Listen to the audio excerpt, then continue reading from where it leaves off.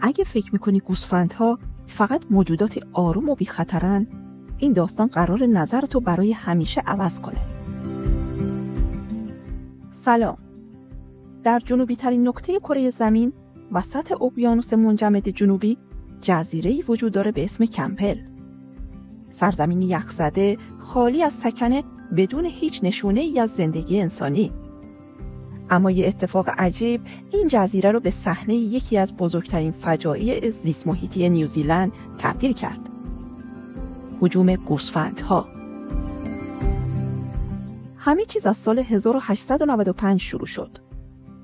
وقتی دامدارهای نیوزیلندی تصمیم گرفتن گوسفندهای نژاد مرینو رو به این جزیره بفرستن.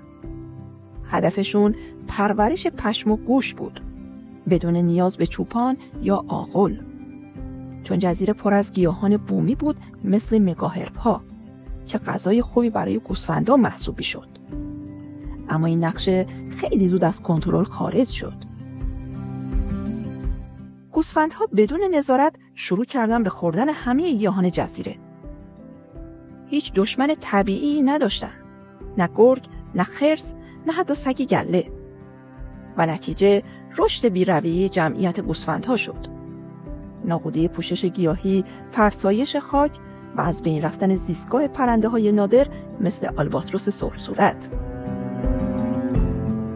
جزیره‌ای که زمانی سرسبز و زنده بود، تبدیل شد به زمین خشک، فرسوده و خالی از حیات.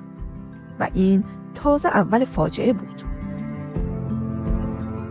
دولت نیوزیلند که دید اوضاع داره بحرانی میشه، در دهه 1970 عملیات گسترده‌ای رو آغاز کرد.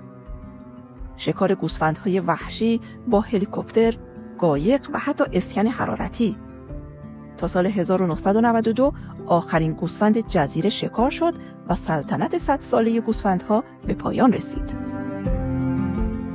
اما پایان گوسفندها آغاز بازسازی طبیعت بود. گیاهان بومی دوباره جوانه زدن، پرنده ها برگشتن و جزیره نفس کشیدن رو از نو آغاز کرد. این داستان یه درس بزرگه. طبیعت همیشه راهی برای بازگشت داره اگه بهش فرصت بدیم. و این میتونه برای طبیعت از دست رفته کشورمون ایران یه تجربه علمی باشه. به امید روزی که طبیعت زیبای ایران دوباره سبز و حیات جاری باشه. اگه این داستان برات جالب بود و از دیدن نبرد گوسفندها با طبیعت وحشی لذت بردی، یه ماجرای عجیب‌تر هم برات داری. در ویدیوی خط والاست میریم سراغ مرز نامرئی که دنیای حیوانات رو به دو نیم تقسیم کرده.